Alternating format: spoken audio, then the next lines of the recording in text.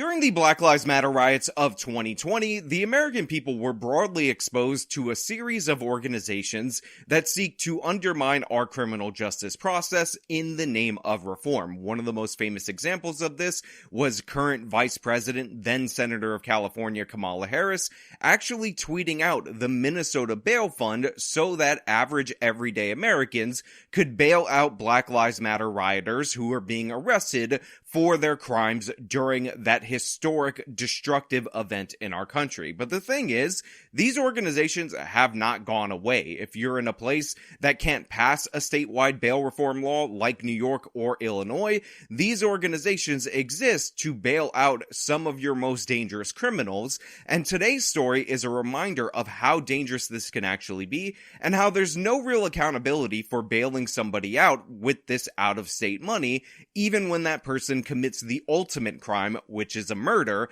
after they're let go. And that's what we're going to talk about today. But before we do, this video is sponsored, so I'm going to frisbee toss it to the sponsor, then I'll bring it back over here, and we'll talk about it on the other side. It will be epic. Come back on the other side. I dare you. The U.S. national debt spike could mean a long-term boom for gold. Since March of 2020, the federal government has added $8 trillion, that's trillion with the T, to the national debt, and now interest payments on that debt supersede $1 trillion.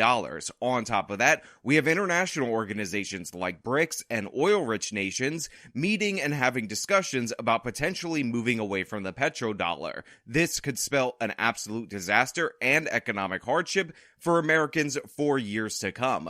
This is one of the reasons why I'm so happy to be partnering with National Gold Group. You can help secure your investments by backing up your retirement with precious metals. Buying gold and silver is a strategic hedge against potential future disaster, and especially when we're in a nation where 51% of Americans can't pay their credit cards, and the Build Back Better spending agenda is supposed to raise the national debt all the way through the year of 2024. Do yourself a favor and call National Gold Group at 866-826-2603 so that you can talk over your options. Make sure you mention the channel Actual Justice Warrior so that they know that I sent you. Again, that number is 866-826-2603. Call them and learn about protecting your investments today. There is always a risk with any investments, and prior performance is not a guarantee of future results. An out-of-state bail reform organization is now in the spotlight following its actions in helping free a man from jail who's now accused of killing a man in Clayton. Fox Files investigator Chris Hayes discovered it's not the first time an out-of-town group without St. Louis ties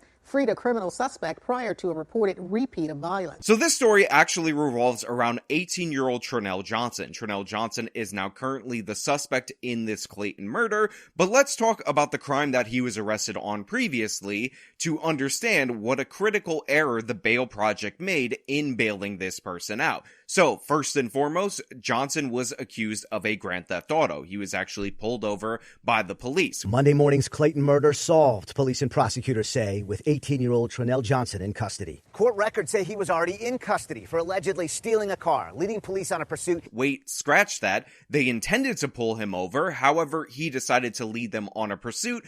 And of course, this was a dangerous police chase. And using his gun to threaten an officer. On top of that, when the police eventually were able to stop the vehicle, Johnson threatened officers with a firearm that possibly he used in connection with other crimes, and that's why he was arrested and initially put up on a significant bond. Now, upon request from his defense team, he asked for a bail reduction, and that bail reduction was in fact granted. In fact, the bail amount that was asked for was around $3,000, but according to the reporting, this was still too much money for Johnson or his family or anybody who presumably would have cared about him to pay in order to get him out of jail. And remember, you also have the option of a bail bondsman, but again, according to the reporting, even that 10%, which would have been in and around $300, some places charge 10% and some fees, some places charge 12%, fees included,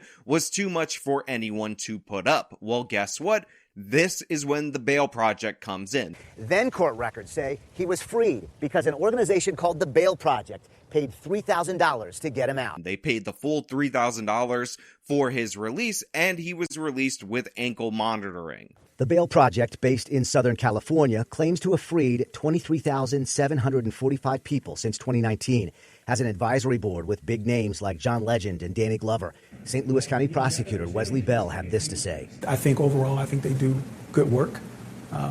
But no system is going to be perfect. So there you have the District Attorney Wesley Bell, who is, of course, defending the Bail Project because he is one of these woke left-wing district attorneys. You guys might remember him as somebody who ran on the promise of reopening the Michael Brown case, investigated the Michael Brown case, found out that Michael Brown was 100% guilty, the Ferguson lie was just that, and then refused to release the results of that investigation and ended up getting shouted down by woke leftists who still believe in the myth of Michael Brown. So it's not surprising that this utter doofus would end up defending the organization that just freed a killer for him to kill under his jurisdiction, under his watch. The Bail Project also answered me in writing, saying, quote, bail is set by judges as a condition of release, not as a punishment or method to detain. After considering all the available information, the judge saw fit to reduce the original bond and order electronic monitoring as an additional condition of release.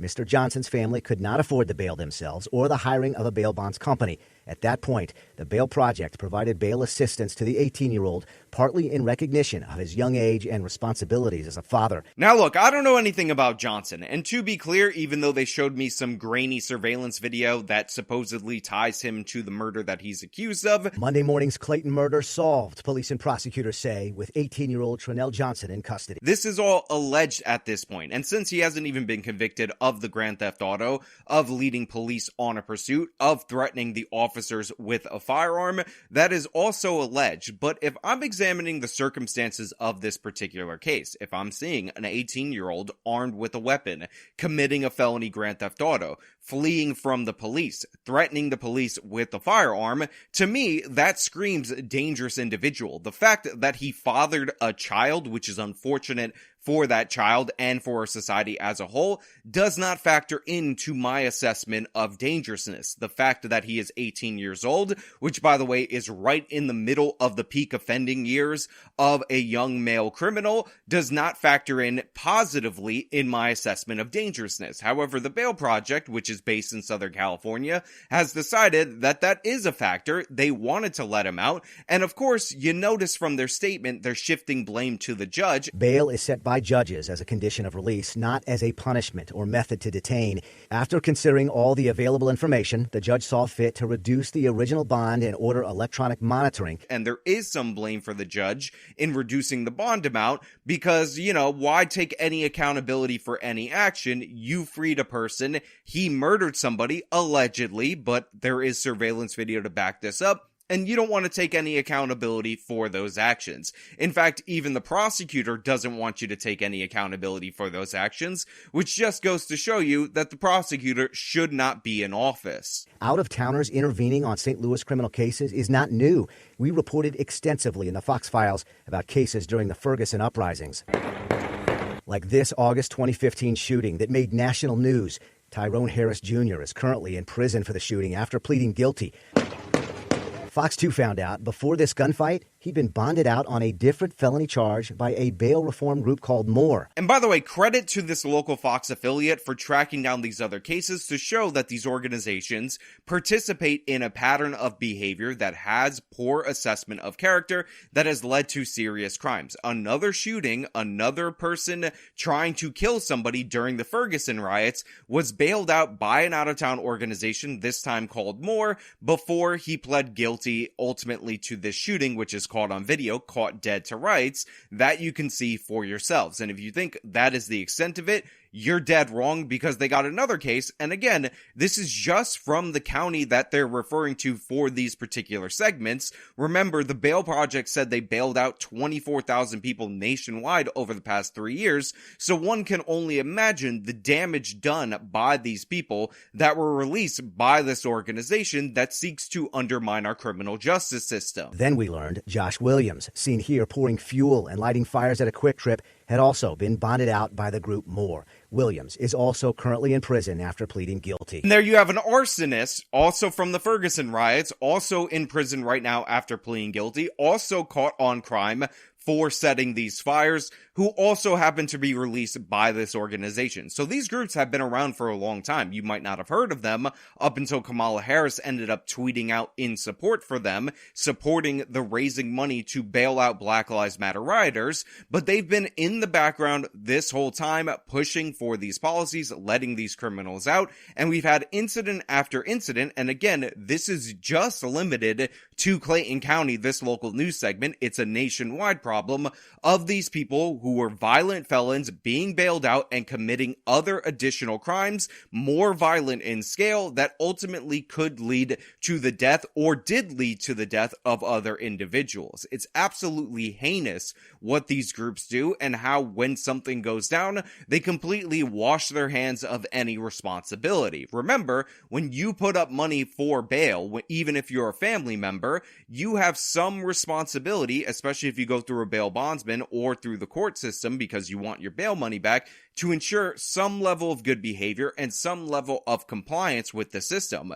These organizations take no such responsibility, have no such personal stake, and then when somebody dies, they're nowhere to be found. They release a generic statement, they blame the judge, and they say, "Sad day for you, innocent person who was murdered by the person that they released." There's nothing that they could have done except for maybe bail out the murderer again so he could offend again. It's forcing law enforcement and security companies like us to work harder and almost going backwards. Veteran security officer Mike Dwyer works for Praetorian Guard Services, founded by a veteran police officer.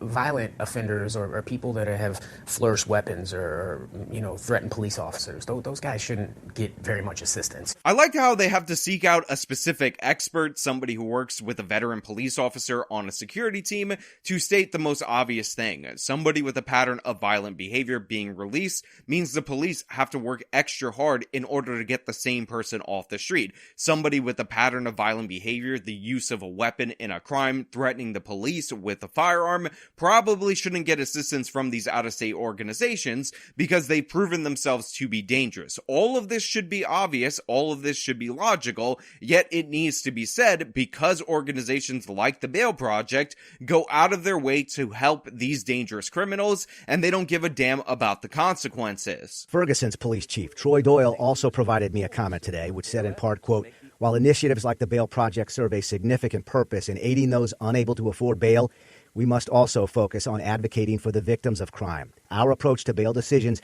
needs to reflect a balance where the safety and well-being of the community and the rights of the victims are held in high regard." So they interviewed the Ferguson police chief, and he gives a pretty neutral statement, although, again, it goes in the category of common sense. We should think about the victims, we should think about the community, the potential future victims in the community when making these decisions. I don't agree with him on the value of organizations like the Bail Project. If they're not going to assess dangerousness in their own capacity, then obviously they are not responsible in the way that they're using people's money, and that should be quite notable whenever we're discussing these kind of things. Now, we leave off with a pledge from this local Fox affiliate, the St. Louis Fox 2. Count on us to follow up to see what other cases may be impacted. And you best believe that I will also be keeping track of cases of people bailed out by these organizations that were obviously dangerous, that obviously should have been held in custody when they re-offend again. We have to keep track of this. We have to notice what's going on in our society.